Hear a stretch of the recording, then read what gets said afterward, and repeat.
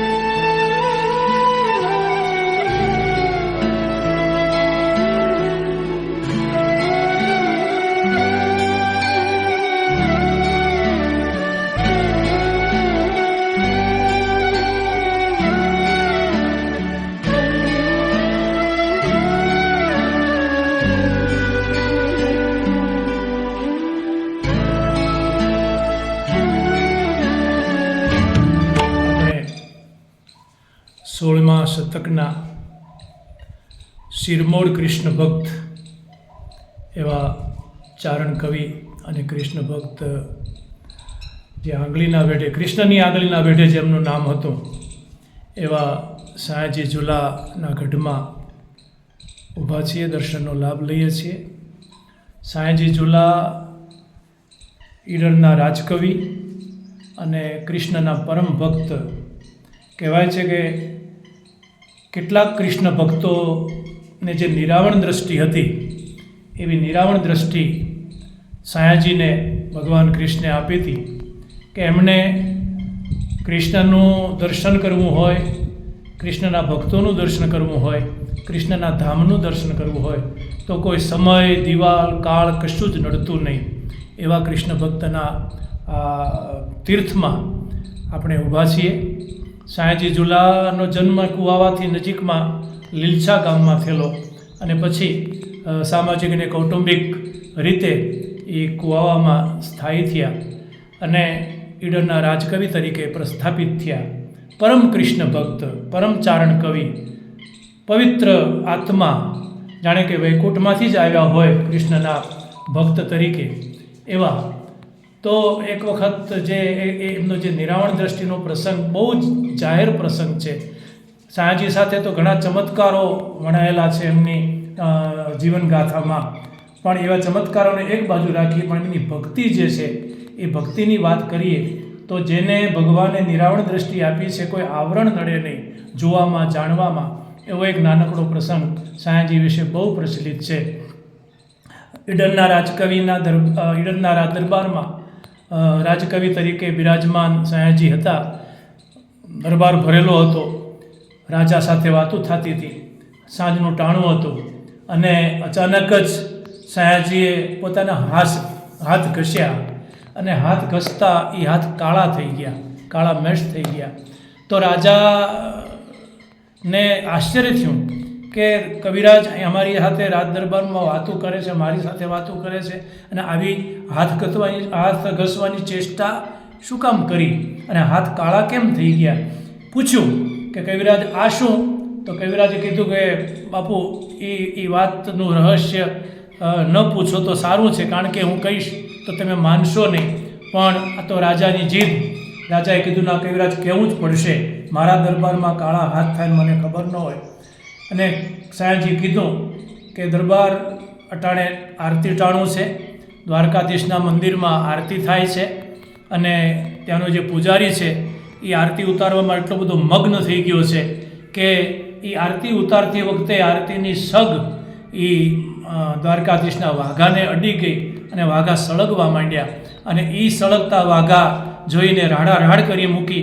કોઈ ઉલવી શકે એવું નહોતું, પણ એક ભગત ત્યાં હાજર હતા. એ ભગત દોડતા આવી અને વાઘા ઉલવી નાખ્યા. એ વાઘા મેં ઉલવી નાખ્યા ને એટલે મારા હાથ કાળા થયા. તો રાજાને વળી વધારે મોટું શંકા ગઈ કે બાપ કવિરાજ તમે આવું કોઈ માને નહીં એવું બોલો, કંઈ વજૂદ વગરનું બોલો.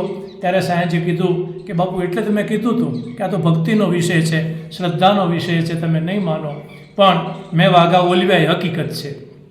રાજાએ પછી તો કહેવાય છે કે સાંઢણી સવાર મોકલ્યો, 15 દિવસ દ્વારકા પહોંચ્યો અને જઈને મંદિરમાં તપાસ કરી અને પૂછ્યું કે ભાઈ આ તિથિએ આટલા વાગે અહીં કોઈ વાઘા સળગવાનો બનાવ બન્યો હતો? ત્યારે ત્યાં ઊભેલા પૂજારીઓએ કીધું હા, એ વખતે જો એક સામે ઊભા આ ભગત હાજર ન હોત ને તો આ દ્વારકાધીશના બધાય વાઘા અને મૂર્તિ સળગી જાત. તો ઓલા સાંઢણી સવાર કે કયા હરિભક્ત કે સામે ઊભા? તો કે એ તો સાયાજી ઝુલા મારા રાજકવિ છે. તો કે તો રોજ અહીંયા હોય છે, આરતી ટાણે રોજ હોય છે. અને પછી તો કહેવાય છે કે એ સાંઢણી સવાર સાયાજીને મળ્યા. સાયાજીને પૂછ્યું કે કવિરાજ તમે આય? તો કે હું તો ભગવાન બોલાવે છે અને દર્શન કરવા હું અહીં આવું છું. આવી આસ્થા, આવી શ્રદ્ધા કે બે રૂપે અહીં રાજ દરબારમાં પણ કવિરાજ રૂપે હોય અને ત્યાં કૃષ્ણના મંદિરમાં પણ એક ભક્ત તરીકે ભગવાનની સામે દર્શન કરવા ઊભા હોય એવા પરમ ભક્ત સાયાજી ઝુલાનો આ ગઢ. અને એમણે આ ગઢ એમની હયાતીમાં ચણાવેલો અને એ સામેના ભાગમાં જ એમના મકાનો હતા, અત્યારે જર્જરિત હાલતમાં છે, એમાં પોતે રહેતા. પછી કૃષ્ણની ભક્તિથી રાજી થઈને કહેવાય છે કે કૃષ્ણે અથવા તો કૃષ્ણના કોઈ એવા હરિભક્તે સાયાજીને મદદ કરવા માટે એક આખી સોનામોર ભરેલી હાંડણી મોકલી અને અહીં સાંઢણી આવી. અહીં આવીને પાદરમાં ઊભી રહી. કોઈએ જોયું કે ભાઈ સાંઢણી આવી છે અને એના ગળામાં કંઈક લટકે છે તામ્રપત્ર જેવું. તો સાયાજી તો નિષ્પૃય હતા, અકિંચન હતા.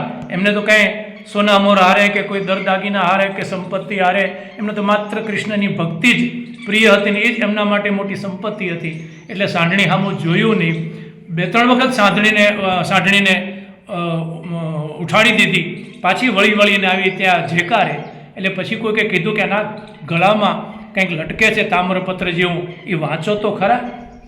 કોઈકે વાંચ્યું અને ખબર પડી કે આ તો કૃષ્ણ તરફથી સાયાજીને ભેટ સોનામોર મોકલવામાં આવી છે અને સાંજે કે મારે તો સોનામોની કાંઈ જરૂર નથી, મને તો કૃષ્ણે એની ભક્તિ આપી છે ને, એના દર્શન આપ્યા છે ને, એ મારા માટે મોટી સમૃદ્ધિ છે. પણ બધાએ કીધું કે ભગવાને મોકલી છે તો એનો સદુપયોગ કરો. અને પછી એ સોનામોરથી એમણે આ સરસ ગઢ બનાવ્યો, ત્યાં કૂવો બનાવ્યો, આજે સાઢ કૂવા તરીકે પ્રખ્યાત છે. અને હમણાં સુધી અને આજે પણ એ સાઢણી જ્યાં જેકારી હતી એ પગનું ચિહ્ન એ સાઢ કૂવાની આગળ વિદ્યમાન છે. એક ત્યાં પિયાવો બનાવ્યો, આ કૂવો બનાવ્યો, આ ગઢ બનાવ્યો, અને આ ગઢમાં એ કૃષ્ણની ભક્તિ કરતા આ એક સરસ નાનકડું રાધા કૃષ્ણનું મંદિર બનાવ્યું. અને સાયાજી ઝુલાના વંશજોએ કાળક્રમે આનો જીર્ણોદ્ધાર કરી, પુનરુદ્ધાર કરી અને આજે એક સરસ મંદિર આજે આ ગઢમાં વિદ્યમાન છે. આવા સાયાજી ઝુલા પછી તો એ સંસારથી એવી વિરક્તિ આવી ગઈ અને અહીંથી ત્યાં વૃંદાવન અને મથુરાની યાત્રાએ નીકળી ગયા. અને કહેવાય છે કે ત્યાં જમુના નદીમાં એ કૃષ્ણની ભક્તિ કરતાં કરતાં એમણે ત્યાં જળ સમાધિ લઈ લીધી અને ભગવાનના ધામને પામી લીધું. એવા કૃષ્ણ ભક્ત સાયાજી ઝુલા આ જે કુવાનું આખું જે ઝુલા વંશ છે એના પૂર્વજ એવા પરમ હરિભક્ત એવા સાયાજી ઝુલાના ગઢમાં આપણે ઊભા છીએ. અને સાયાજી ઝુલા વિશે તો સાયાજીની કૃષ્ણ ભક્તિનો પ્રતાપ એટલો બધો કે જ્યાં વિચરણ કરતા, હાલતા ચાલતા ત્યાં આજુબાજુના 5-10 ગામમાં કોઈ હિંસક પ્રાણી શિકાર નહોતું કરી શકતું. એવું શંકરાચાર્ય માટે પણ કહેવાતું, ભગવાન સ્વામિનારાયણ માટે પણ કહેવાતું કે જેટલા ત્રિજ્યામાં હોય એમાં કોઈ હિંસક પશુ શિકાર નહોતું કરતું. એક વખત સાયાજી ઝુલા લીલછાથી ભવનાથ દર્શને જતા હતા અને રસ્તામાં એક વાઘે ગાય માથે તરાપ કરી શિકાર કરવા માટે સાયાજીની નજર પડી અને સાયાજીએ એટલું જ કીધું, છોડ દે કુત્તા, છોડ દે ગદ્દા, એવા શબ્દો કંઈક બોલ્યા હશે. અને કહેવાય છે કે એ વાઘે એની પોતાની હિંસક વૃત્તિ છોડી દીધી અને ગાયનો શિકાર કર્યા વગર પાછો જંગલમાં જતો રહ્યો. આવી ભક્તિ, આવું તપ એવા સાયાજી ઝુલા કવિરાજ પણ હતા. ચારણ કવિતા એમના કંઠમાં હતી, એમના વેણમાં હતી, એમની કલમમાં હતી. અને એમણે ભગવાન કૃષ્ણનું જે નાગદમનનો મોટો પ્રસંગ છે એ નાગદમન ઉપર એક જબરદસ્ત દીર્ઘ કાવ્ય લખ્યું છે. નાગદમન અંગદવિષ્ટિ નામની પણ એમને એક કવિતાનો મોટો સંપુટ બનાવ્યો છે. આવા પરમ અને પ્રકાંડ કવિ પણ હતા. અને એના માટે એક દુહો મારા જેવાને પણ સૂઝ્યો કે સાયા ગઢ ચણાવ્યો જદુપત દેખન આય. સાયાએ આ ગઢ ચણાવ્યો જદુપત દેખન આય, દેખત શોભા દુર્ગ કી વૈકુંઠ ગયો વિસરાય. આ ભગવાનને એમ થયું કે મારે આ જ રહી જવું જોઈએ. આવું વૈકુંઠથી મોટું ધામ મને બીજે ક્યાં રહેવા મળશે, જ્યાં મારા ભક્ત રહેતા હોય, એની મારી ભક્તિ થતી હોય, આવું સરસ મારું મંદિર હોય, એ મૂકીને મારે વૈકુંઠ કે ત્યાં શું કામ જવું જોઈએ, એવી એની અભિલાષા કૃષ્ણને પણ થઈ હશે. એવા પરમ ભક્ત સાયાજી ઝુલા આ ચારણ સમાજનું, ઝુલા વંશનું એક રત્ન હતા. અને એના ગઢમાં આજે અમે ઊભા છીએ, એની આપણી ધન્યતા અનુભવીએ છીએ. આપણા તમામને એક વખત આ તીર્થના દર્શન કરવા, એક વખત આ સાયાજી ઝુલાની કર્મભૂમિ અને પુણ્યભૂમિને વંદન કરવા અને આ કૃષ્ણ મંદિરમાં પધારવા સૌને અમારું સાયાજી વતી આમંત્રણ છે. સમયકાળ સાયાજીનો 500 વર્ષ પહેલાં, આજથી 500 વર્ષ પહેલાં 1661 કે 81 એવું કંઈક છે સાલ. અને એના વિશેનું કોઈ પુસ્તક નાગદમન હમણાં છપાયું છે અહીંયા? નાગદમન ઓકે. નાગદમન એમાં બધો ઇતિહાસ છે. આપણી પાસે નાગદમનની અલગ અલગ પ્રતિઓ 7-8 છે, અલગ અલગ લેખકોએ લખેલી. ના, છેલ્લે હમણાં આપણે આ જીતુદાને લખ્યું આપણે જીતુદાને નાગદમન. સાયાજીએ જે એમને સોનામોરું કૃષ્ણ તરફથી મળી એમાંથી એક આ ભવ્ય ગઢ બનાવ્યો અને રાધા કૃષ્ણનું એક આ સરસ ગગનચુંબી શિખરવાળું મંદિર બનાવ્યું. આજે એ વિદ્યમાન છે.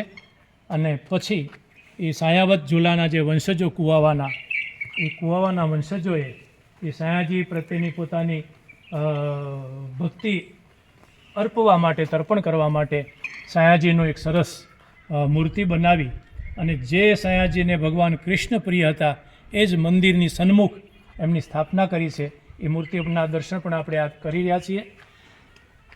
એની ઉપરાંત આ ગઢમાં આ કુવાવાના ઝુલાવંશના જે કુળદેવી છે એ બેડારાય માતાજીનો મઢ છે. અને કહેવાય છે કે બેડારાય દેવરાસણથી અહીં કુવાવામાં આવેલા અને એમની સ્થાપના આ મઢમાં થયેલી. એટલે આજે પણ આ સયાજીના ગઢની આગળ આ બેડારાયનો મઢ વિદ્યમાન છે. અને સાયાવત ઝુલાના તમામ જે લગ્નો થાય છે, બીજી કૌટુંબિક ધાર્મિક ક્રિયાઓ થાય છે, એ બધું જ આ માતાજીના સમક્ષ થાય છે. જાનના સામૈયા પણ આ પવિત્ર ભૂમિમાં કુવામાં જે જાનો આવે છે એના પણ સામૈયા આ ભૂમિમાં થાય છે. અહીં છેડાછડી છૂટે છે, અહીં બાધાઓ થાય છે, અહીં બાબરીની બાધાઓ થાય છે. એવું આ પવિત્ર મા અને બાપનું સ્થાન બે ભેગું આ કુવાવાના પાદરમાં, કુવાવાના ટીંબે વિદ્યમાન છે. સયાજી ઝુલાની પરમ ભક્તિથી રાજી થઈને ભગવાન કૃષ્ણે સયાજીને સોનામોર ભરેલી જે સાંઢણી મોકલાવેલી એ અહીં જગ્યાએ સ્વીકારેલી. અને કહેવાય છે કે સયાજીએ એ સોનામોર સ્વીકારીને એટલે 2-3 વખત સાંઢણીને પાછી રવાના કરી, ઉઠાડી દીધી, પાછી જેકારી.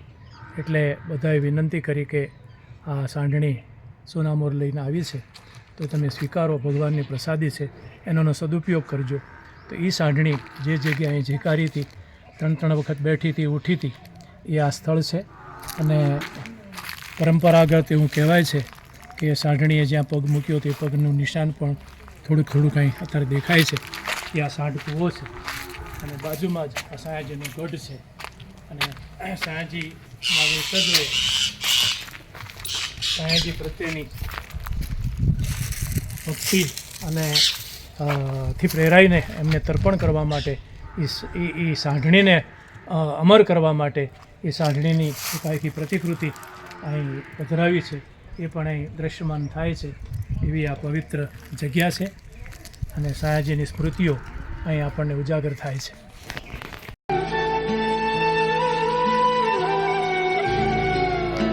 દર્શક મિત્રો, આ વિડીયો આપને કેવો લાગ્યો કોમેન્ટ કરીને જરૂરથી જણાવશો. વિડીયો સારો લાગ્યો હોય તો વિડીયોને લાઈક કરશો, શેર કરશો અને ચેનલને સબસ્ક્રાઈબ કરશો. વધુ આવતા વિડીયો સુધી કલ્પેશ ગઢવીના નમસ્કાર. વિડીયો જોવા માટે આપનો ખૂબ ખૂબ આભાર.